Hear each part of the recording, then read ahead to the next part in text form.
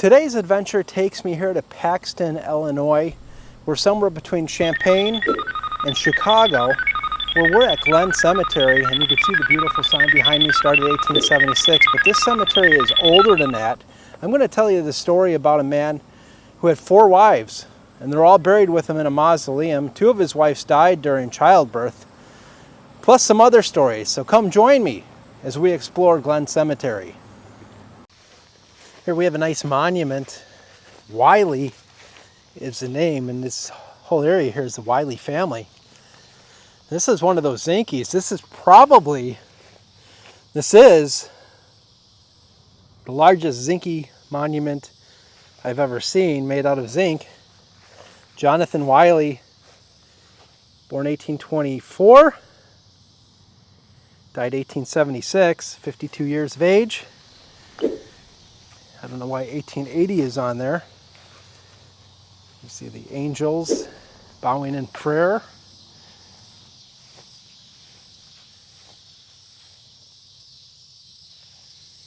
Beautiful, beautiful monument. The interesting thing about this cemetery is the majority of the cemetery, or at least it started, is Swedish. Go figure. This is the first predominantly Swedish, or was predominantly Swedish cemetery I have ever been in. Here we have a beautiful old monument, marble column, John Hendrickson, 1830, 1881. Probably a normal lifespan for that time period.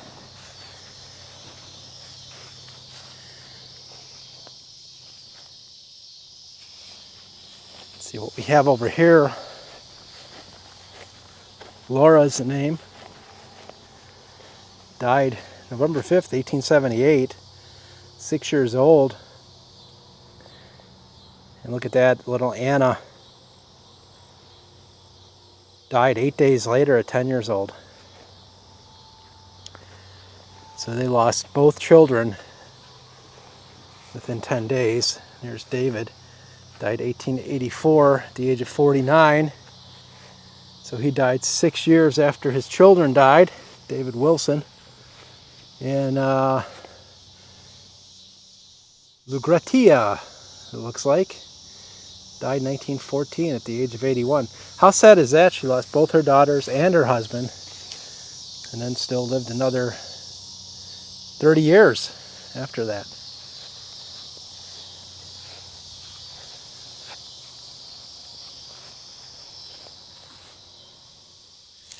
It's pretty hard to read. I see 59 years of age. Let me get my handy dandy flashlight out. Adam, looks like the name Adam, yeah. Yep. 1858 to, is that when he died? It might be when he died. 59 years, 5 months, 28 days for him. I'd like to go over here, check out this one. McCracken is the name on this one. What a beautiful monument to the McCracken family. See the family plot, large family plot. It starts here. Guessing these are the original settlers. And we see all the McCrackens here. Starting with Wendell, Ruth, Lucia, Lula, Robert, Elizabeth, and we have a lot there. Amazing, amazing monument. Let's see the monument here to the McCracken family. Beautiful. A lot of beautiful monuments in this cemetery. It's filled with beautiful monuments.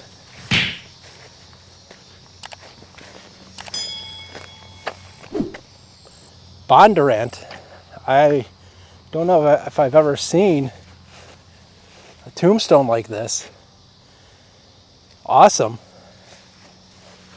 We have Sarah here, 1898.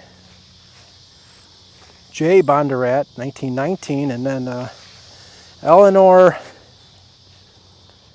says wife of J. Bondurant, 1948. This is also wife of. So she passed away in 93. And then it looks like Jay, or whatever his name is, got remarried. Simply amazing, though.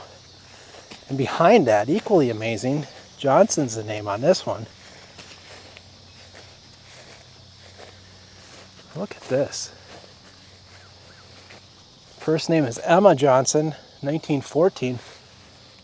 Large dome, sphere, marble, I believe. Anna Johnson died 1912 there.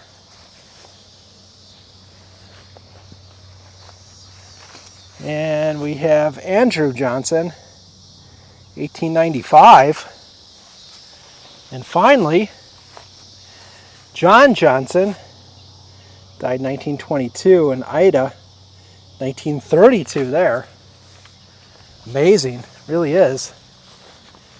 And another Zinke type monument here that's, again, there's another one in here that was very large, and this one's just as large. The draped urn, very common. Bushnell is the name.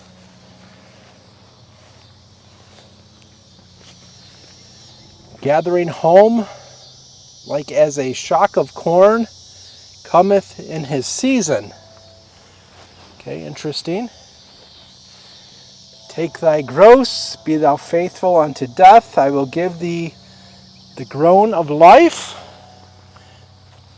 and death shall be no more. Their everlasting spring abides, and never fading flowers. Interesting. The Bushnell family. What a lovely monument to them. Okay, guys, we're coming up to a couple of mausoleums. This mausoleum right here is tremendous. Absolutely beautiful architecture. Abraham Croft, or Abram, as they called him. Some fascinating story about him, which I will tell you in just a second.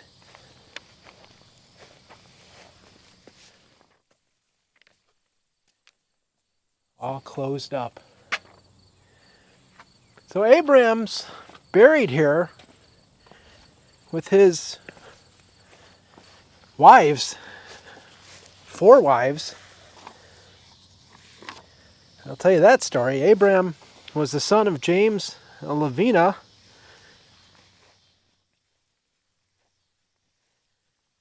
And they immigrated here in 1817 from England. Look at that beautiful, beautiful mausoleum. So Abram first lived in Roberts, Illinois, and was a successful farmer. He had about 1,200 acres of land in this area. He served as a member of the Board of Supervisors in Paxton, this town here, and alderman of the city several times. He buried several wives here. Let me go ahead and tell you their story. Interesting story. So his first wife, Mary Croft, married Abram in 1864 on New Year's Eve. She died in childbirth, unfortunately. She is buried in this mausoleum with her baby.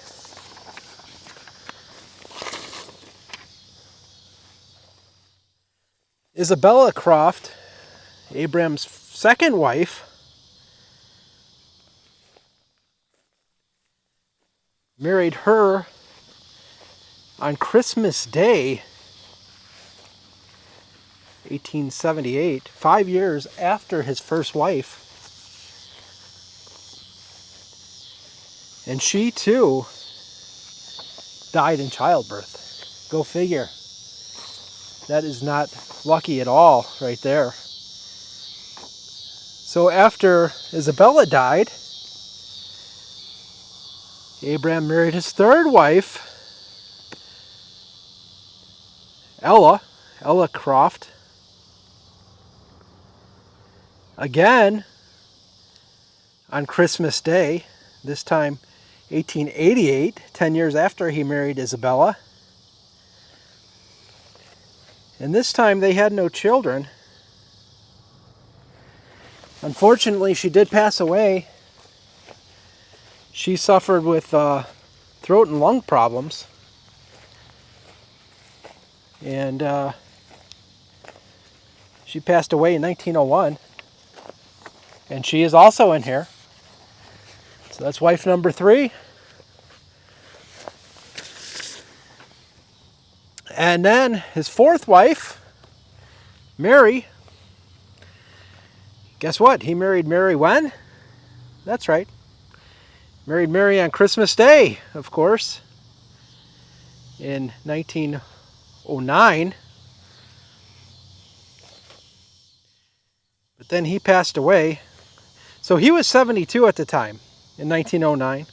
He married Mary, who was age 33.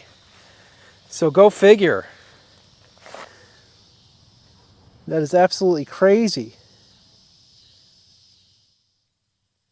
So then Abram finally passes away. And he left a bunch of money to his family. He did not have kids. He left it to his fourth wife, Mary, who ended up marrying a judge. But Abraham had about $52,000 back in the 1920s, which was a significant amount of money.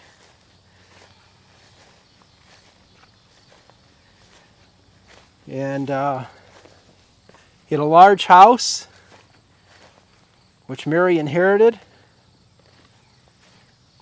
She remarried, like I said, a judge, Malcolm McQuiston, in 1929. And unfortunately, Abraham's house became known as the McQuiston Manor, or Mansion. And it burnt down some years ago. What a beautiful mausoleum. What a story. Here's Abraham here with all 4 of his wives, even Mary, after she married the judge. When she died, she's buried here with Abraham. 4 wives, 2 babies inside this mausoleum.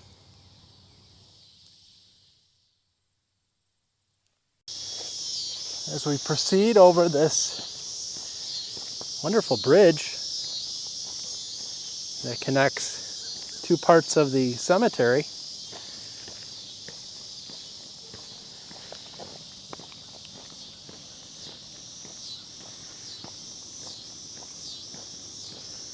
we see some great tombstones here.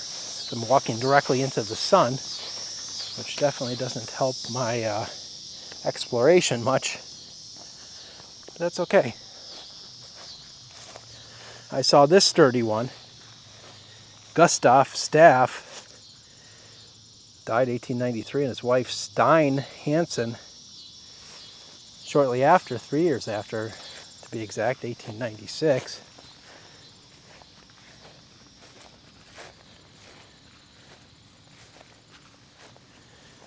Can't read those. Look at that. Just tremendous. As the sun is approaching the horizon, we still have about an hour's worth of light. J. Charles, 1865, 1870. And Frankie, 1865 to 1870. They lost both children. Same year. I wonder if it's the same day as well. Hopkins is a name. Nathan Hopkins, 1887, 1845 to 1887. And Nathan Hopkins, 1871, 1869, 1790, what the heck? Let me try that again. Nathan Hopkins, 1791 to 1869, and Charlotte, 1795 to 72. Yes, I can read.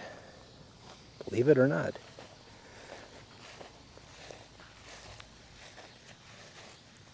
White is the name here.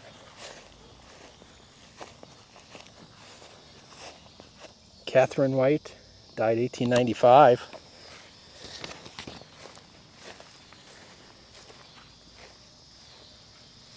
And that looks like Patterson White, perhaps 1883. A little hard to read there. Just incredible. Here's a grave site of First Lieutenant Ralph Westbrook Stein. He died in 1918 in France in World War I. So Lieutenant Stein, during a progressive attack, he led a squad which wiped out 6 machine gun nests and put the crews of 5 others to flight. But at the last nest, I should say, he met stubborn resistance and was instantly killed by a sniper while advancing up on it at close range. Lieutenant Stein did receive the Distinguished Service Cross for his bravery and his commitment to his country. Thank you, sir, for your service. Amazing, amazing story. He is buried in France, but he does have a grave site here in America. We continue our walk here at Glen Cemetery. Ambrose looks to be the name. Dudley, last name, died 1875 at 87. So I'm wondering if perhaps he was in the War of 1812, because I do see this down here. Let's turn this, see what it says. No. 1861 to 1865. I really don't think he was in the war at the age of 75. Here's George, born 1841, died 1871. Perhaps George, I mean, that's more like the age to be in the Civil War. And Thomas, 1844 to 1877. So perhaps Thomas and George both served in the Civil War. Let's see what we have down here. I see some really nice tombstones. As you can see, we are on a hill, very common with old cemeteries, and nothing but farm fields here in Paxton, Illinois. Here we have what appears to be the top to a tombstone. Is this metal? That is absolutely metal. That's interesting. And we have Samuel Moffat, died 1879. Jeannie, died 1884. You could see their monument to them. Very nice. I want to come down here. Oh, we have a sunken grave here. Be careful. This one caught my eye from a long ways away, as you can imagine. Smith is a name on this one. Look at that. Wow. What a beautiful monument. You have the Bible, the cross. Wow. That is just beautiful.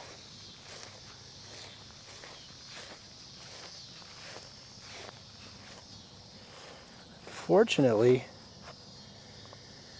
I don't see anything inscribed. There's multiple spots. Oh, here we go. Myra, daughter of James and Mary Smith, died 1883, 13 years of age. So Myra was young. It's very sad. But what a remarkable monument. As we approach this Civil War monument, there are always a lot of Civil War soldiers in these types of cemeteries. Look how awesome that is.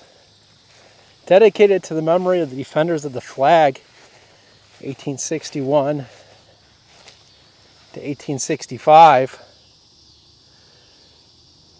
And then we have concrete slab here that at one time had something on it. Of course, whatever it was is gone. I'm wondering if there was a possibly a flagpole there at one time. Okay guys, what a beautiful mausoleum here in Glen Cemetery. Absolutely beautiful. Limestone construction. Glen Cemetery Mausoleum. Look at that. I don't think it will be open. I highly doubt it. And you know what?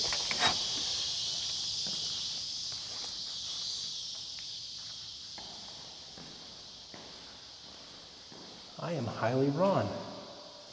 The mausoleum is open. Wow. It's quite beautiful.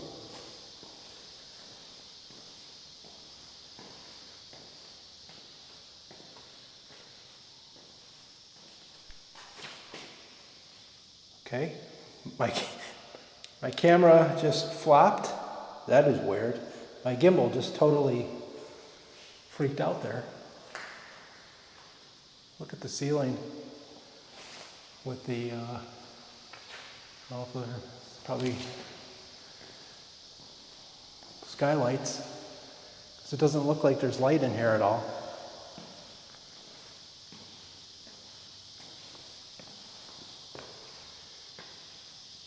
Wow.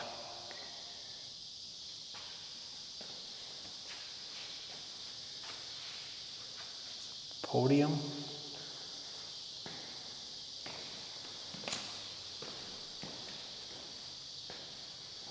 See, there is some damage there toward the ceiling.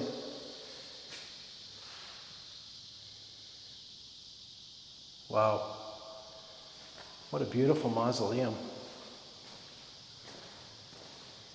Here's what they use to lift those caskets into place. All right, let us leave here. I don't think those doors even close. I think they're open all the time.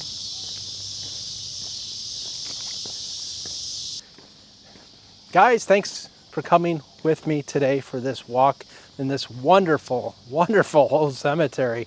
This cemetery is absolutely huge. What a gorgeous cemetery, still active. A lot of history here, a lot of history. So thank you again for coming with me. And as always, until next time, that's right, keep exploring.